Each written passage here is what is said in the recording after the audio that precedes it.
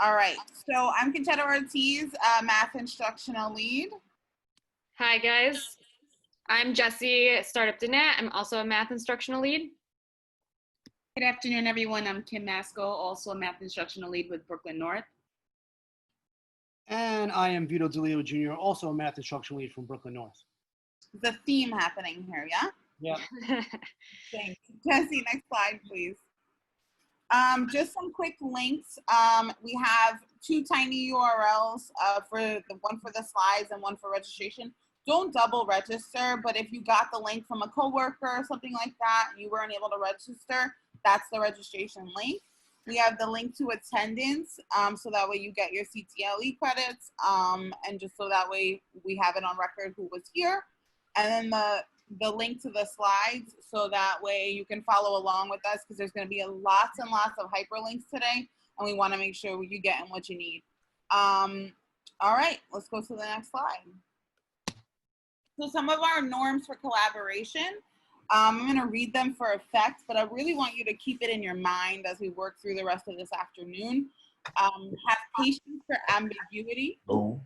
Ask clarifying questions before jumping to conclusions. Assume the best and trust the process. And for the remote world, we want to turn on your video if you feel comfortable.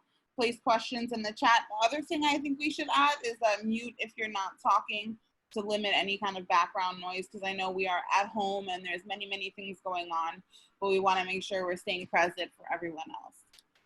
Okay, next slide. Okay, so you may have received a notification that you've been added to a Microsoft team, and you may not have, because as people have been added to the registration list, we've been adding them slowly, but you'll get access, if not now, but within the next couple of days. So again, on the slide, you're going to see the link here to the materials and the slideshow. And then the materials are going to show up like this. They're this handout folder, and in there are copies of any kind of documents that you'll see today.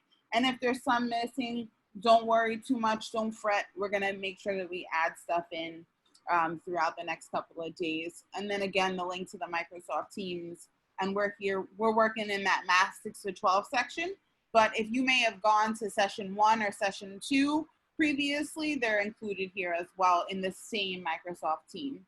But right now we're operating in that Math 6 to 12 channel, okay? And then again, if you have any tech issues, any questions, please feel free to ask us after this. We'll stay online for a couple of minutes to clarify anything. All right, so our focus question of the day, and we want you to keep this in your mind as we work through, and we'll revisit it at the end of the session to make sure we're meeting that focus. How do you build a math community and identity in a blended / remote learning world? You may be meeting your students for the very first time online, but we still need to build that math community. We still need to help them build an identity in the math world and in your blended / remote space. So we're going to try to give you some tools for that today. All right, so our agenda. So if you hover over that word agenda, if you have that PowerPoint open in a separate tab, you should be able to open up that agenda. You're going to need that maybe for your CTLE credits, maybe for your own self to follow along. But that's going to be our agenda for the day. We're going to start with Where I'm From, which is a poem by you, but we're going to take a look at some samples. Then we're going to take a look at a CRSC overview and connecting to the session 2 that you may or may not have gone to. And then the math story, journey, and identity. Then we're going to take a look at a math task, some math routines, and then we're going to end with some planning for priority standards through the blended world. I'm going to pass it off to my fearless co-facilitator, Kim Masco. Thank you so much, Conchetta. Good afternoon, everyone. So I'm going to start off by reading you a poem. The poem is by George Ella Lyon, who is an acclaimed American author from Kentucky. She's published many genres, including picture books, poetry, juvenile novels, and articles, and this poem, Where I'm From. I am from clothespins, from Clorox and carbon tetrachloride. I am from the dirt under the back porch. Black glistening, it tasted like beets. I am from the forsythia bush, the Dutch elm, whose long gone limbs I remember as if they were my own. I am from fudge and eyeglasses, from Imogen and Alifair. I'm from the know-it-alls and the pass-it-ons, from perk up and pipe down. I'm from he restoreth my soul with cotton ball lamb and 10 verses I can say myself. I am from Artemis and Billy's branch, fried corn and strong coffee, from the finger my grandfather lost to the auger, the eye my father shut to keep his sight. Under my bed was a dress box, spilling old pictures, a sift of lost faces to drift beneath my dreams. I am from those moments, snapped before I budded, leaf fall from the family tree. To the next slide. What we would like you to do is to create just a sample of a Where I'm From poem so that we can get a chance to get to know all of you. There's a template, and if you hover over the template that's bolded and underlined, there is a link, but we're only going to do the first one line, which is 3 fill-ins. So I am from an everyday ordinary item, and then from product name and another product name. Something from your childhood, something from your family, tradition, memories, anything that you would like to share. So I'm going to start off, and you can post them in the chat. That would be awesome. And hopefully we can Links also. in the chat. Vito? Yes, I put the links in the chat, Kim, if you want them to access that as well. Oh, okay, thank We you. don't have to access it right now, but yes, you're just gonna put the I am from in the chat, right? Yes, just the I am from, then everyday ordinary item, and then 2 product names. So I can model. So I am from my dad's station wagon with the wood paneling. I'm from Nowalators and Quarter Waters at the corner store. So we'll Love give everyone like 2 minutes. If you post it in the chat, I can definitely read it out, or any of my colleagues can jump in. And then if anyone would like to share out, we would love to hear your voices. I can go. I am from step stools, from playing cards and Lisa Frank folders.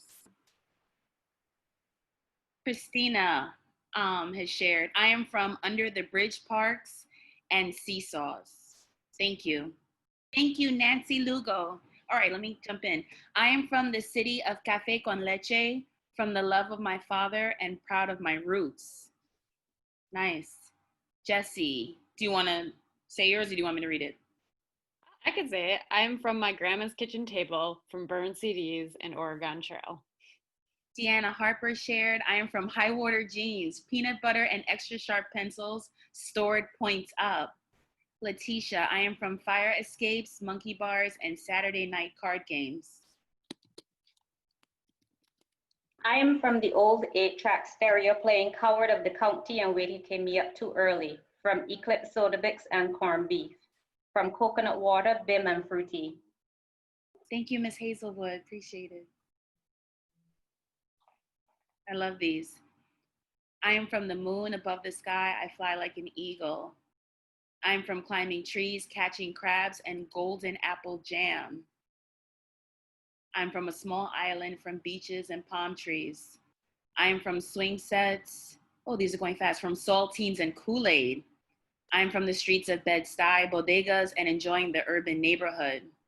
Nice. These are beautiful.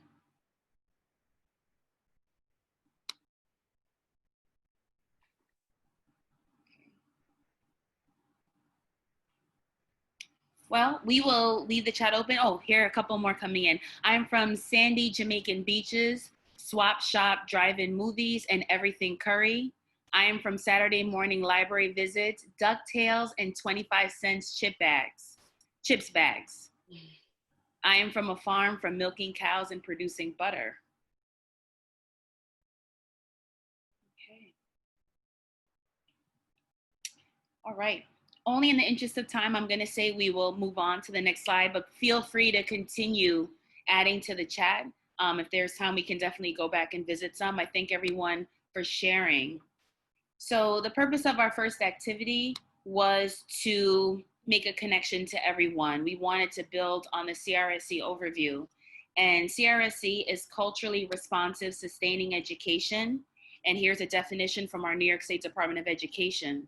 Culturally responsive, sustaining education is grounded in a cultural view of learning and human development in which multiple expressions of diversity, that is race, social class, gender, language, sexual orientation, nationality, religion, ability, are recognized and regarded as assets for teaching and learning. This activity hit on the first principle. We wanted to create a welcoming and affirming environment. And our goal was to make everyone in here hopefully feel safe. We want everyone to feel as though they are being represented and that all cultural identities are affirmed, valued, and used as vehicles to educate. Throughout this session, we're going to touch on the other principles of CRSE. And each time we go through an activity, we're going to refer back to this definition and to this overview. So I'm going to pass the mic to my colleague, Mr. Vito DeLeo. Thank you. Good afternoon, everybody. As my colleagues had mentioned earlier, we spent some time thinking about 3 common practices that we all used in person and in brick and mortar settings that we could possibly transition to use in this new remote blended learning world that we all are part of now. Those 3 buckets, as I'll call them, are talking about children's math stories and their journey and identities regarding math, talking about how we can use math tasks in this new setting, and how we can use math routines. All 3, not only through math lessons and trying to address the standards, but also trying to use them to build more of a community, especially in the trying times that we're dealing with right now. Next slide, please. Never thought I'd say that, but I just did. So I'm going to specifically speak about, talking about children's math stories and sharing their history in math. So one of the tasks, one of the activities that we've all used, or most of us used, are some version of a math autobiography. For me, this used to be my first assignment for my students, very first day of school. And because I felt, using this through my own lens right now, I felt that this is a good way to get to know them. And in this setting, I can't just send out, a paper version of this, which is what you're seeing now. This is a version for teacher pays teachers. There's a Google Doc Word version of this in the folder that Conchetta is going to share that you can also use for yourselves. I wanted to use this activity with my students, but I don't have the time to send out 172 emails with attachments to all of my kids if I have 5 classes in high school. So just taking a step back and kind of thinking about how can I use this in the setting that we're in. Conchetta, if you, or whoever's running it, I think it's Jesse, please go to the next slide. I took that version of the paper autobiography and created a Google form version of it that can also be used in the setting of a Google Classroom to help me save on all the time that's needed with collecting and, just going through it. So this math autobiography, the one that you saw in the paper version, has 9 questions asking the student about their history. I'm going to ask that you all can take about a minute or 2 to go through. I only cut and pasted the first 3. For those of you guys who aren't familiar with Google Forms, they're really easy to set up. You just cut and paste from a Word document. It recognizes the type of questions you put in, and a lot of this is automated now. What I'm going to ask you guys to do is take a minute or 2, actually 3 or 4 minutes, to actually answer the questions as if this is the first day of school. So we're pretending now. This is my first attempt, day 1, September 10th, and we're doing this as an asynchronous activity. So I've sent you guys all the links. The link is in the chat. Or if somebody didn't put it in the chat, I'll put it in the chat in a second. I'm going to ask you guys to all engage in completing the first 3 questions of the math autobiography. So there's the link. Alrighty, so the link is in the chat. In about 3 or 4 minutes, we'll come back together and then we'll talk about it a little bit. Okay, so the directions state, please complete and answer each of the following questions honestly and to the best of your ability. Take this as an opportunity to tell me your math story and history to share.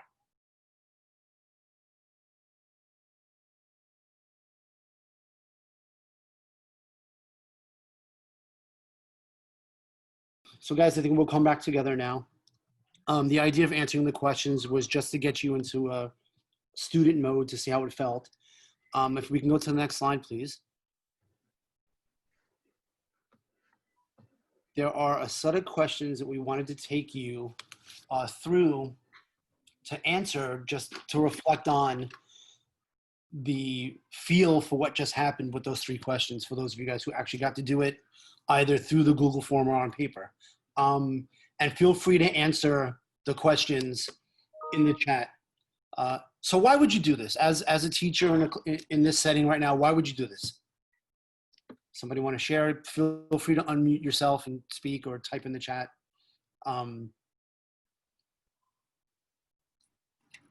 You can get a clear picture of whether a child likes math or not, if that is coming from some sort of experience they had before, especially if they dislike math, like myself. Mine was because of an experience with a teacher before. So you can get some really useful data to help you actually start at the beginning of the year. Thank you, Ms. Hazelwood. Good seeing you. Mr. E, you can use this form to get their contact information, particularly their email and their background knowledge about mathematics. Thank you. Someone in the chat, forgive me guys, I don't know who it is, talked about having it being part of establishing the school routine. Would somebody like to elaborate on that?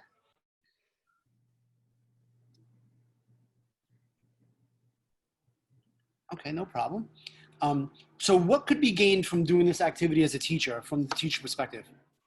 Hi, good morning. This is Dorian Wallace. Hi, Dorian. I really like the question about who do you know that's good at math and what makes them good at math. I think as a teacher, that gives you a really big insight as to what is the student's perception of what makes someone good at math. It lets them know, whether they think that there is a ceiling to how good, like, what does that mean to be good at math? Can they be good at math? Are they good at math? That whole idea of, because there's this whole stigma of, oh, this one's good at math, this one's not good at math, oh, I'm not good at math. Like, it just gives a little insight as to where is the student coming from and what is in their mind as they're approaching mathematics. Oh, thank you. What could be gained from this activity as a student, from the student perspective?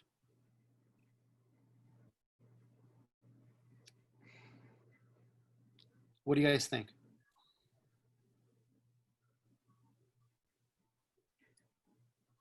Anyway. What I want to share is that one thing is that from the student perspective is self-assessment. A lot of times just being able to readily voice, how they feel about math. Sometimes they may have apprehensions about math that they really don't voice, but having that ability to write about it helps them to really express it, hopefully to the full extent.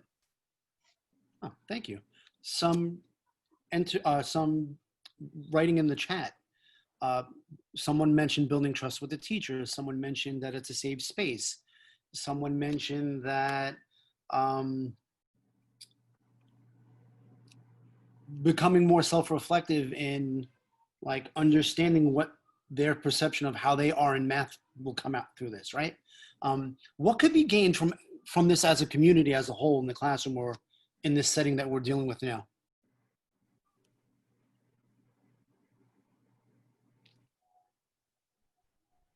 As a collective group, what could be gained?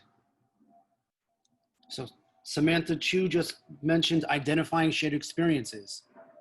Thank you. Anyone else want to share? Gaining relationships with students. Students can see the teacher actually wants to know them as a person, not just a name. Very good. So how does this all connect to the CRC framework that Kim spoke about earlier? So the 4 principles are there. Which one of the 4 or any of the 4 would you say is addressed in this activity?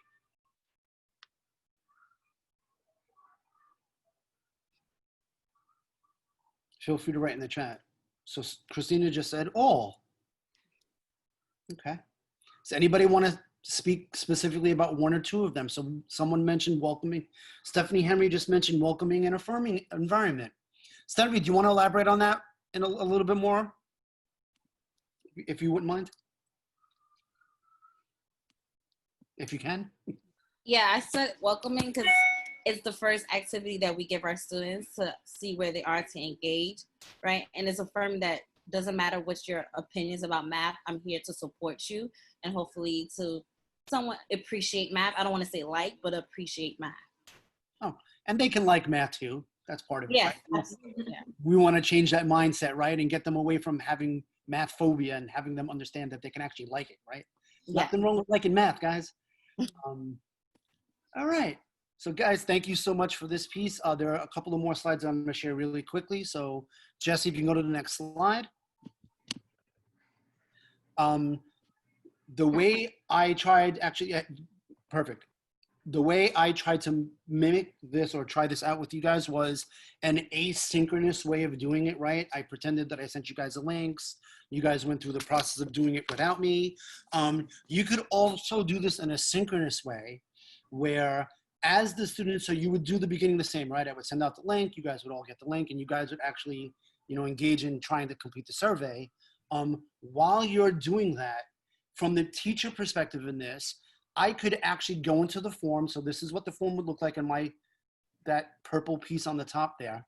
When you click on responses, you can either see it through a summary piece, which is the top part of the slide that you're looking on, or if you click on the little green icon, if you guys can see it right there, thank you, Jesse. A spreadsheet pops up. So the bottom part of that slide is the spreadsheet that actually shows the students' responses while or after they submit the answers to the questions. So you can look at this while having a video conference with a class, whether it's an autobiography or answering other types of questions or a quiz or whatever else. And you can also use this as talking points, both with them or through you to, you know, create discussions and some other stuff, right? So you can manipulate this based on what your purpose is and what your need is and what your style is, right? So you can use this in turn with a video synchronously, right? I noticed that jcena@schools.gov says that he doesn't really care about math. Why don't you care about math, John Cena? Yeah, it's John Cena, guys, sorry. And you get the idea, right? You can use this as talking points. You can share the screen with the kids. I mean, I wouldn't necessarily share an autobiography screen with the kids, but if it's a question that you're asking about what the difference is between a half and a third, you can do something, you know, and use this as talking points to help, you know, better inform your instruction and promote discussion in your classroom, right? Okay, so next slide, please, Jesse. There are 2 other slides left to this piece. This is a slide that lists a bunch of CRSE and SEL resources. The state link is there. CASEL's a really good website to check. Their whole purpose in life is to do social and emotional learning and supporting things for schools. Inside Mathematics is there for a particular reason because one of the activities that we're doing later is linked. For those of you guys who might be administrators, the NCSM link to their position paper on SEL is also there. And the last link on the bottom of the sheet is the NCTM link for the search page to actually find more information around culturally responsive articles and lessons and whatever else that the NCTM provides. Next slide.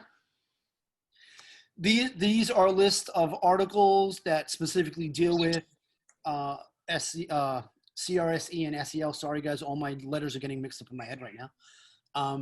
Open Up Resources is the illustrative math curriculum that might be referenced from Central shortly around providing additional support. That's a good place to check. The Aperture Education link by Tatiana Karner, the 4 ideas to integrate SEL into your core curricula. The That article's especially good to look at because she has videos on how this could look in a classroom. So instead of just talking the talk in an article, she's actually showing examples of how that actually works. And as Conchetta mentioned earlier, check the hyperlinks as you can. You're gonna have an enormous amount of hyperlinks today. So in no way do we mean for you guys to check every single thing, but feel free to use this in your leisure. All right. And I will pass this off to my colleague. Kim, all yours. Hi again.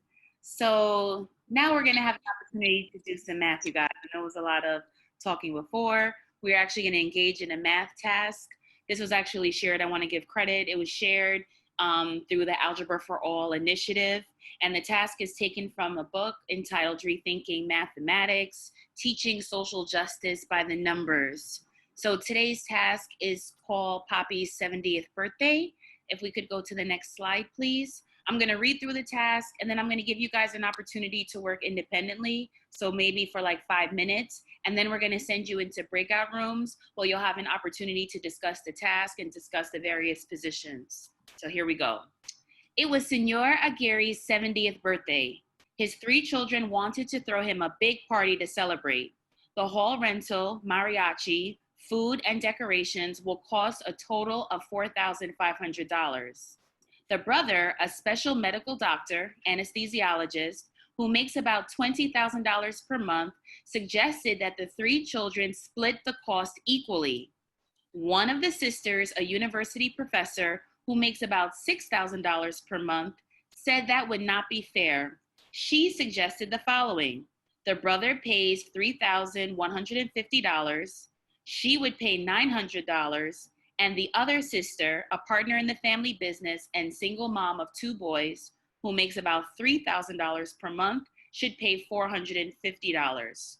What we would like you to do is to write a position statement using mathematical evidence. So proportions, ratios, percent, to support your conclusion to the following questions. And the next slide will have them. I just wanted to say them out loud. So which person do you agree with and why? So which one of the siblings? What is considered fair in this situation? And that's in your opinion. And can you think of an alternative arrangement that might be better or more fair? So I know you're gonna need to see the task for people who might not be accessing the slideshow, but pretty much you're gonna come up with the position. Which person do you agree with? So the brother who's the doctor, the sister who is the professor, or the sister who's a single mother. What's considered fair in this situation? And can you think of an alternative arrangement that might be better? And you're gonna use proportions, ratios, or percents to support your conclusion. So it's about 1:35 now. We're gonna give you about 5 minutes to work independently. And then my colleague Conchetta will whisk you away into breakout rooms where you'll have about 10 minutes to discuss this situation. And then when we come back, hopefully we'll get some volunteers to share what your discussion sounded like. Thank you.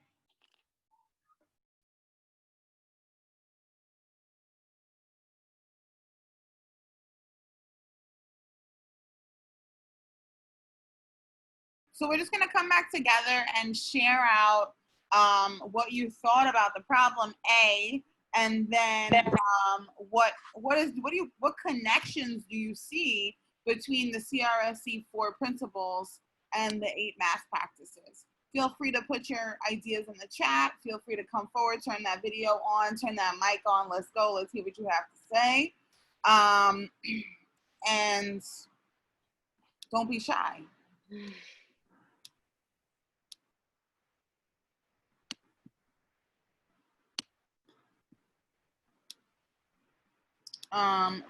If you are going to say something, just make sure you turn off your mic. Sometimes I talk and I've been muted the whole time.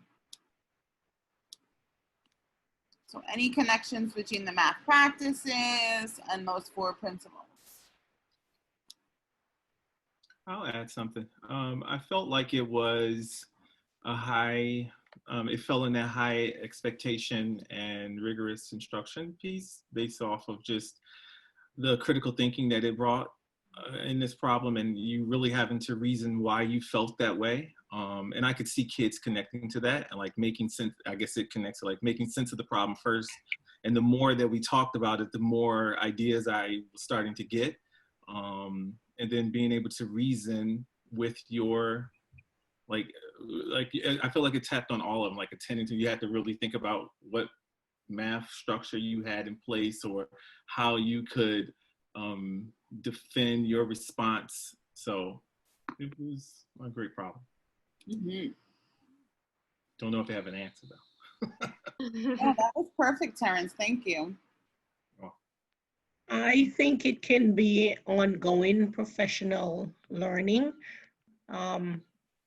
Simple because in our breakout group, someone spoke about we don't know the outside variable that had to do with the question. So because of that, more can be added to this question on and on. So students can get more out of it. And also, you can even throw it out to some teachers and hear what they have to say about it also. Thank you, Ms. Clark. I appreciate it. So Conchetta, if you don't mind, I'm gonna call out Mr. E from my group. He was talking about some cultural stuff and some family things that have to do with influencing how you would approach this problem. So Mr. E, if you wouldn't mind, could you share? Okay, thank you for the opportunity. Yeah, I was looking at it this way. I said, I know Miss Ortiz is laughing already. I said, I'm sorry, I didn't mean to put you on the spot, but I just— No, that's fine, it's good. You made a great point that I think everyone needs to hear. Yeah, I said, based on my culture, growing up, most families, they give their kids equal opportunities to do whatever they want to do, and they support them equally too. And when we grow up, it doesn't matter where you are, where you find yourself, whether you are making $0 or the whole dollar in the world. When responsibilities come, we share them equally. Yeah. As I do in my family with my two brothers, right? Yeah. Like when we go out, it doesn't matter what we all chip in thirds, right? Because there's 3 of us. So. Yeah, Mr. E, I appreciate you bringing that up. I mean, it brings home that culturally responsive piece. I'm going to tell y'all the quickest story. When I was growing up, it was a thing that me and my brother did was surprise my mom with a Christmas tree every year. We would go by the Christmas tree, walk it home, decorate it, all that business. And so we've been doing it since I'm small, even before we had jobs. And so my brother's 5 years older than me. And so for the first half, he would pay for the tree. And then as soon as I got a job, he was like, "Where's my money? Let's go. We need to chip in on this tree." And so it's to think about, like, that is a cultural thing for me. That's my family's culture and the way that we operated, and how that when we do math tasks like Poppy's problem, it opens the door for children to talk about their own experiences, which is the natural vein of being culturally responsive. Are we allowing windows and doors to be open for children to express their like all the parts of them, while also engaging in a cognitively demanding mathematical task? And so I want you to keep that in your mind as we continue throughout this afternoon. And I'm seeing some really great things in the chat, so I appreciate y'all. Thanks, Harper. It's a great opportunity to discuss, to call out social studies, right? Like, what are some cultural elements to mathematical constructs, right? Exactly. Like, what is your own perspective? Thanks, Christina. Like, how are we bringing in our own perspectives to the work that we're already doing? So thank you so much. And no specific correct answer. Yeah, that's the mark of a really good task. Anything else we want to add, Jesse, Kim, Vito?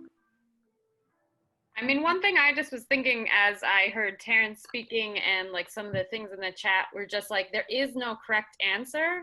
And that's so powerful in math, to start off your year like with, sometimes there's complex problems that don't have one solution that you can debate about. And I think that's also just lifting different people's experiences and perspectives, like you said, Conchetta. And I think that's really a really powerful thing to think about when you're doing a task. that at the end, you're still not going to know the answer, and that's okay. And I think to add on to what you're saying, Jesse, and the answer is not the important thing in this, right? Yes. Like we all worry about getting the right answer, and that's most important. And as we just saw through this problem, it doesn't matter what the answer is as long as you can back it up, right? And you have your thinking behind it. So. And also, I'm a Filipino. If I have that salary of 20,000 and compared to my other siblings, they got only 6,000 or 3,000, I will be the one to pay everything. That is how Filipino culture is. Yeah, and that's totally valid. Yeah. Like, that's what's excellent about it. Mr. E, it's totally valid. You are totally valid. And like, making sure you're having those discussions and making sure you're not saying one student's way of thinking is better than the other. It's true. You know? If I could just add on to that, I think the openness of the task helps to create an environment that is safe. And I'm so happy that everyone shared so much about their own personal experiences. And I think that happened because the way the task is set up, that there is no right or wrong answer, and that everyone feels valued and everyone's culture can play a part into this particular task. So there's no right or wrong answer. So really appreciate everyone for sharing. Love it. Can I ask, is there a space where is there more problems like this available, or you just have to purchase a book? Did you put the book there so we could purchase it, or is there more spaces for it? I mean, we don't get any money if you purchase the book, but that's where it came from. But I'm sure if you research social justice and mathematics, I'm sure there are other tasks out there like this one. And if we can do a little bit more research on my team and find something that is free, we can definitely share that with the group. The NCTM link that I mentioned earlier also has a lot of stuff like this, guys. You just have to make sure that when you put it in the search, you type in SEL or cultural responsiveness or something. You have to be more specific, and it actually filters it for you. Yeah. And I also, on the next slide, thank you. Look at that. Was it Terrence that came forward and asked for more resources? Yeah, I did. It was me. It's like you have the PowerPoint slide. So on this slide, here you have just a bunch of links to various tasks. Some of them are culturally responsive. We would say most of them are, and some of them are just fantasy problems. And so that's also important too, to kind of play into the storytelling that children have experienced from all the way from down to K and pre-K and even earlier than that, right? So these are some oldies but goodies. Find yourself on the PowerPoint. You're gonna get all those hyperlinks.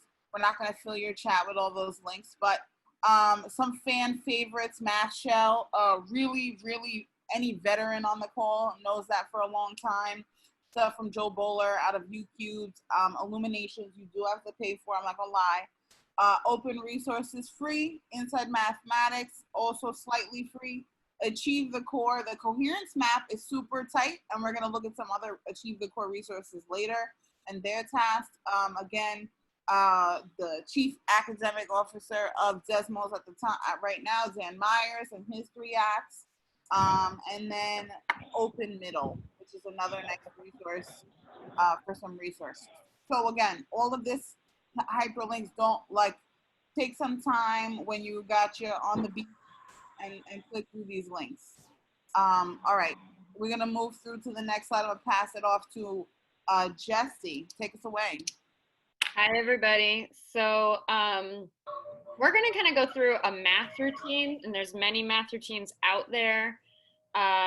So we're going to think about which one doesn't belong, and we're going to think about that in 2 different ways.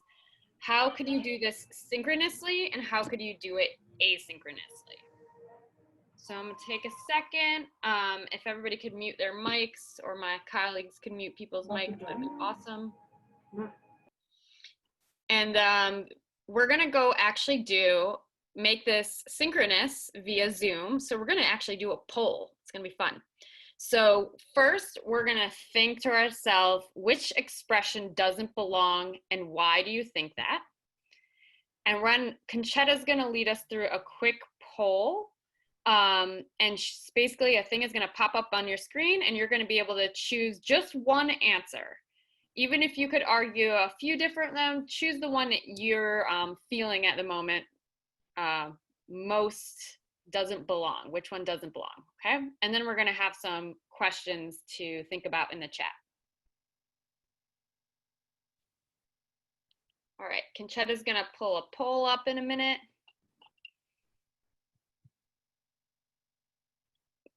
Get in your head which one you think doesn't belong and why.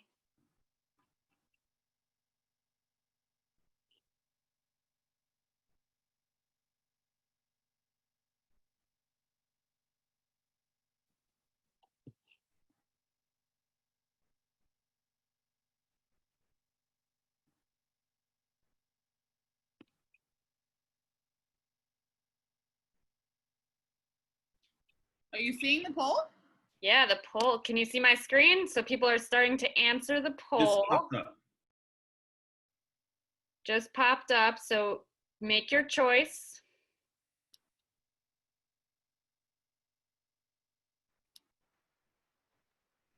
See, we're at 50%. Already, wow. This is a great, quick way to check for understanding for all sorts of things. And it's pretty easy to do. You just have to be the host. So, Jesse, in the chat, for some reason, a bunch of people are saying the poll's not showing up. If you know what, if you're not logged in through your NYC DOE, it may not show up. And that's okay. But just know that that's something that could be an issue. So making sure your students are logged in if you're trying to do it with them. But we got 72%, 74%. That's good. It might just take a second too. Sometimes there's a lag. The poll just showed up for me. I guess I'm logged in through DOE. Awesome, awesome. I think it might actually be working. You know, sometimes it depends on your device too.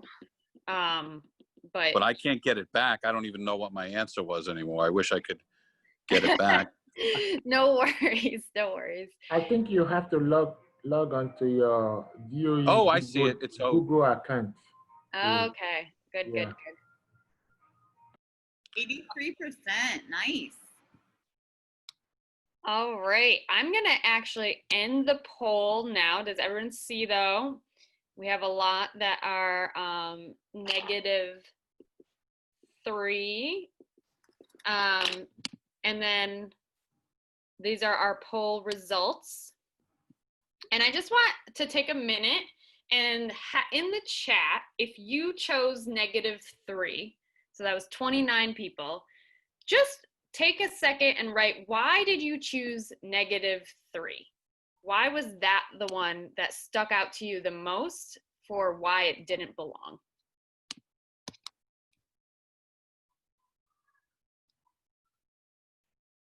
There's no variable. Yeah, most of it's like there's no variable. It's just a constant. Yeah, that a lot of people have the same reasoning. And see here, there is no variable for that one. There's a variable here, a variable here, a variable here. So that's really important to think about. Oop, going back. And then if you chose, let's say, -5x, there's 4 people that chose that one.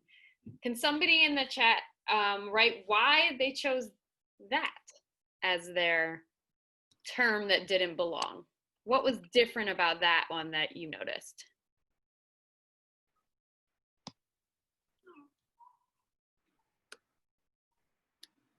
I got Conchetta. It doesn't have a 3. So yeah, that's the one. It has a different term.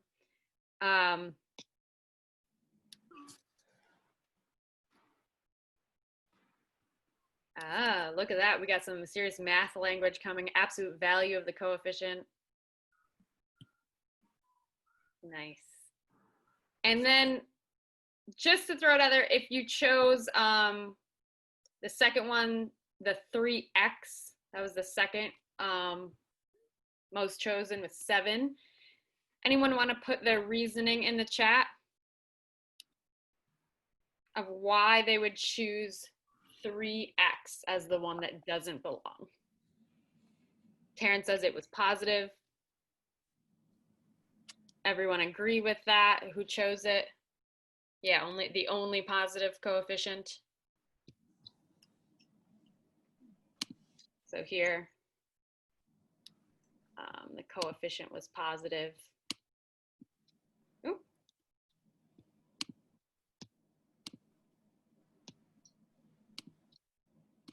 Yeah. Jesse, do you mind asking just Yeah. how, like with the poll, is there like a description of how you can do that process on Zoom? Do they share that? Like I can go Google that and find that out? Yes. So we'll pause for a second. And yeah, so if you are the host and logged into your NYC DOE account, you will have that as basically as an option. We at the end, maybe Conchetta, can you share your screen at the end and just kind of show that? Yeah, for sure. I don't have it as an option because she's the main host here, so I had her do it. So a co-host can't do it. Maybe I can, maybe I can change this and you can show it. Okay. I'm gonna delete this. Perfect. Thank you. Yeah, no problem. I do really like they've added a lot of these, like you can annotate on the slide right away, and stuff like that too. That's helpful. All right. So It's like clickers, but yes, it's like clickers, but you can do it there, and it is a very helpful thing for sure for checks for understanding. Yeah. It stops you from using like all these other outside apps like Exactly. It's just built right in it. Yeah, it's very helpful. All right, I'm gonna stop that and then get it there. So one thing we were talking about, let me see if I pull up my bottom part.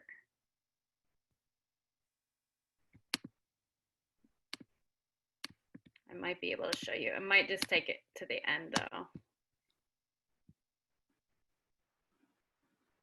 Oh yeah, so see how this is like my control bar, can you guys see that on my shared screen? And there's a polling. No. We can't see it. Oh, we can't, okay. We can make a screenshot for you or like we'll walk you through it. It's really built in, but yeah, I think it's not part of the screen sharing. It's like hidden, so. I can also include a YouTube link in the email that we sent. That would be beautiful. Thank you, Conchetta. Yeah, because it's not too hard, but like if you've never done it before, you just walk through a couple steps and we'll send that in the follow-up. Perfect. Awesome. And then so what do you say? I'm sorry, when you get a chance, can you make me a co-host? Oh, are you not a co-host? Yeah, I relinquished my hosting. So here we go. Goodness. Yeah. I can try to do that. Conchetta. More, make co-host. There you go. All right, so here we go. This is a way we could think about this synchronously when you're doing it live with students. You could do a poll and then kind of to have a discussion whole group via the chat or having people unmute. Just depends on how many kids you have on the Zoom call.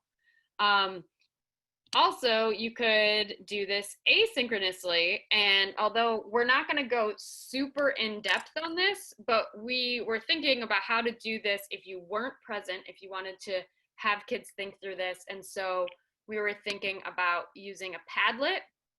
So I'm going to actually just show you this. We're not going to go into it in depth, but I wanted to just see how you could think about it. So we put a couple examples up. You could just do one at a time, different openers. You could add to them as the weeks go on and just have a prompt and kids can add comments and comment on each other's work, which is really nice way to assign something asynchronously, have them be able to comment. And if you want to learn more about Padlet, there's a lot of pre-recorded like tutorials, but we can also walk you through that in like office hours or reach out to any of us. We're gonna give you all of our contact information and we'd be more than happy to help you with that kind of stuff. All right, so we are gonna go on to just kind of making some connections between a routine, like which one doesn't belong, and how it's connected to the math practices and, again, the CRSE principles. So if you could take a few seconds and think to yourself and then write in the chat, or if you'd rather unmute yourself, you're more than welcome to do that, and think about how that routine supports these things. I would say it connects to number 3, conducting viable arguments Oh, and yes. speaking the reason of others. And also because there's like no wrong answer, it's like a welcoming and affirming environment. I love that. Yeah, it's building off kids' reasoning and thinking and validating all thoughts. Yeah. That was Ebony, right? Yeah. Shout out to Ebony. I think it also is sorry, I think it also would, I would say 7, look for and make use of structure, because you learn what the kids understand about the symbols by how they explain why or why not that symbol is an element of the set or not. Yeah. And it's even reinforcing that vocabulary. Maybe people use, oh, that has a letter, but we can say, oh, it's the variable, you know, and they can start to rebuild that some vocabulary and naming different parts and structures. I love that. Welcoming, inclusive structure,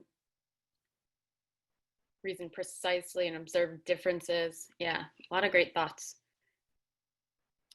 So yeah, I think it's really a powerful routine, and that we've linked to like the website that has tons of different which one doesn't belong things already created. They're categorized by numbers, geometry, things like that. So it's very helpful resource to help supplement your curriculum. So, and just to summarize some of what you are all saying, the connection helps build on students' prior knowledge and thinking, and then construct convincing arguments, make sense of use and structure, develops the language for expressing mathematical ideas, and learn to see things from other perspectives.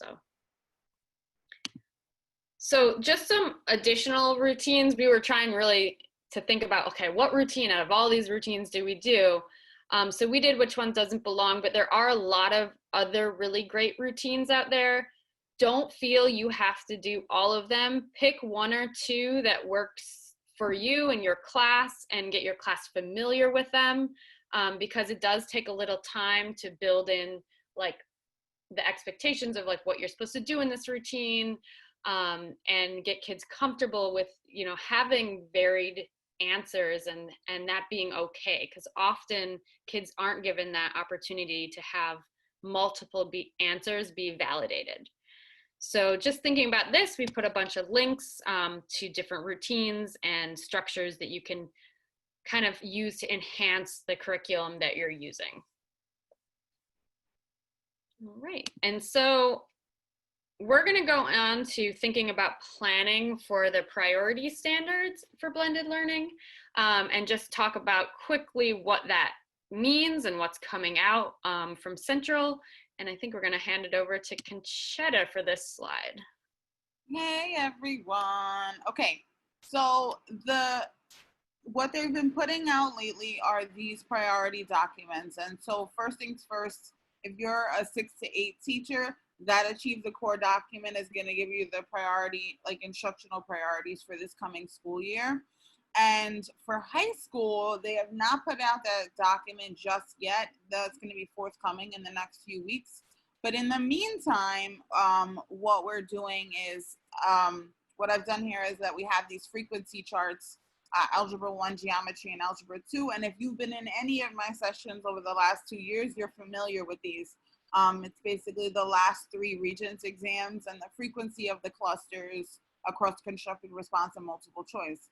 And we can use those to help us make some priority choices, because we know that this year is going to be like no year ever.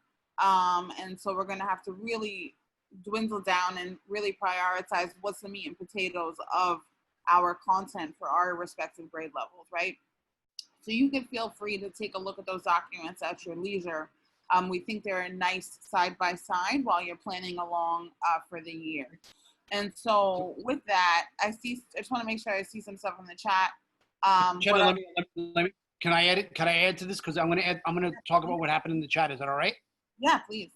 So there's an ask around, are we doing next generation math standards? What are the priority standards, where they come from, so forth and so on. So yes, New York City is in next generation math standards mode. We've been in that mode for almost 2 years now. The full transition got delayed until next year because of what's happening with all that's going on.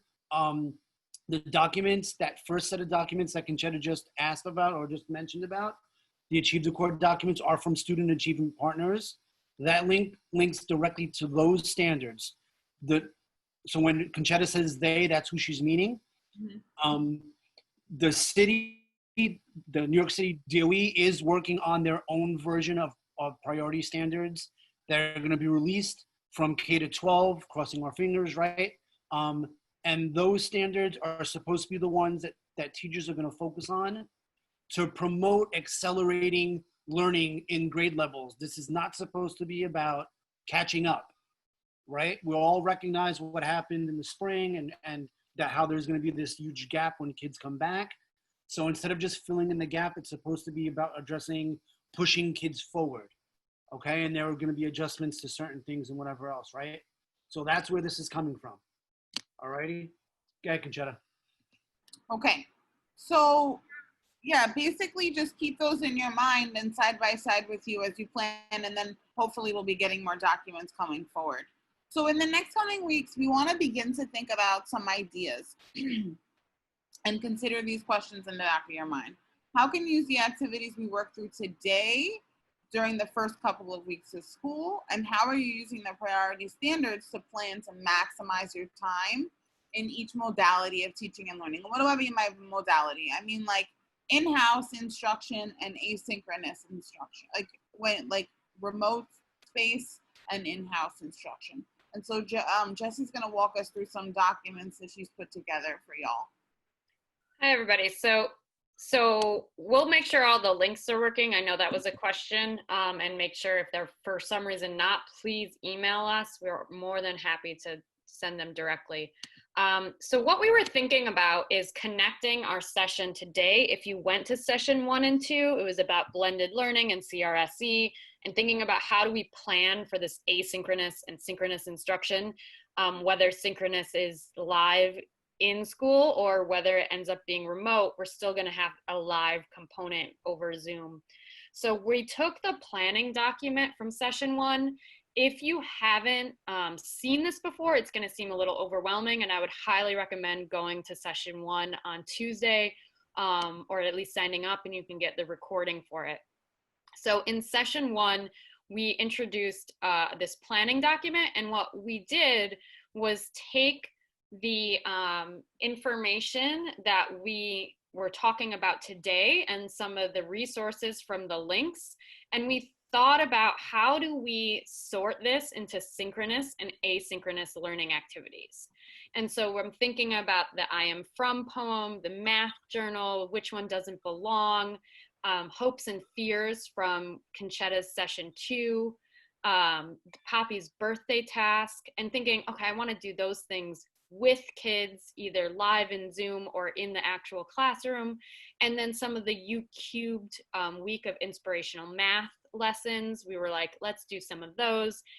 What ones would be better, asynchronous versus synchronous? So we were just thinking about, this is by no means like the right way to do it, right? This is just how we were thinking about it.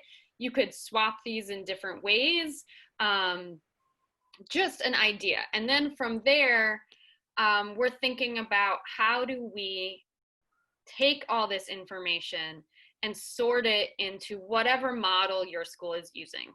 So we're using a template, and we have blank calendars for all the different models, from the model 1A from the Chancellor, which would be 2 Hope cohorts that are live and alternating synchronous and asynchronous instruction. And then I'm basically looking at this top part and copying and pasting into the synchronous and asynchronous. So I'm gonna see cohort A and we're gonna do a classroom contract and our hopes and dreams. I'm gonna not see cohort B, and I'm gonna have them start with the I am from poem. We're gonna model it in a video and have them do it in Flipgrid. So like thinking about how we're organizing all these learning activities into the calendar helps us keep track, because it is crazy to keep track of all the different cohorts. And so we're trying to create a tool that may help with that. And these tools are all Word documents, so feel free to take them and modify them and make them your own, because digesting all this information and trying to make it into some coherent learning for kids is a lot. It truly is a lot. So we're just thinking about what tools may be helpful in thinking through that process. So that's the sample. The other 2 links are blank, and including blank pacing calendar templates. So these pacing calendars are basically the models that were presented to all of the principals and from the chancellor. Your school hasn't probably decided on a model because they're still collecting information around how many students are remote, how many teachers may not be able to be teaching live, and so that will affect what model makes sense for your school. That's a lot of information. I totally understand it. And I know, Mr. McBride, do we know yet if we're responsible for the students in front of us or kids at home as well? And I think we don't know for sure, but they're gonna try to. If you're teaching live in a school, you'd be teaching the live cohorts, and you would be responsible for that, but not the fully remote kids. Now, don't hold me to that because that changes every 2 seconds, but I think they're trying to figure out ways where the teachers, if the teachers are fully remote, they would be teaching the fully remote kids. So Jesse, if I can jump in, the message that I've been hearing is it's going to depend on the school and the principal. And part of that also would be how many people are going to be remote, how many teachers are going to be remote, are they going to get the accommodations and so forth and so on. There really hasn't been any clear guidance from Central around that yet. That might be a school to school or district to district thing. I will say, I think if you are responsible for the remote, think of it as that will be a section you're teaching. So if you're doing it 4th period, you might 4th period be in your school alone, and then you would have a synchronous instruction time with the remote kids, but you wouldn't be responsible to go home at the end of the day and then have to check in with all the remote kids. Right. It's going to be part of the scheduling of what it would be part of your in-school schedule. So that's the only thing that is, but it is, every school is going to have it slightly different. Okay, thanks y'all. We're gonna take this home, okay? Thank you so much, Jesse. Just as an echo to what Jesse was saying with the calendar and the pacing, here are some tools that you may have already used. Again, oldies but goodies, Padlet, Flipgrid, Desmos, GeoGebra, Nearpod, and Pear Deck. And these are some ways that we can use them synchronously and asynchronously. And again, I'm sure you've already done this already. There's links on the PowerPoint to their website specifically. And I have to tell you, their tutorial videos that you can find either on their website or on YouTube are phenomenal for the most part. Let us know, reach out if you need any support in implementing those or planning for them for the school year. And thanks, Jesse. Next slide. So we want to revisit our focus question, just as we would in any classroom. How do we build a math community and identity in the blended remote learning world? Because I want to give y'all a couple of minutes to kind of think through that and see if we've answered that question for you today. And you can put your responses in the chat as I go through the next couple of slides, and then we can come back together. And I'd love to hear what you have to say before we head out for the afternoon. Again, see if you can help us out. How do you build a math community and identity in the blended and remote learning world?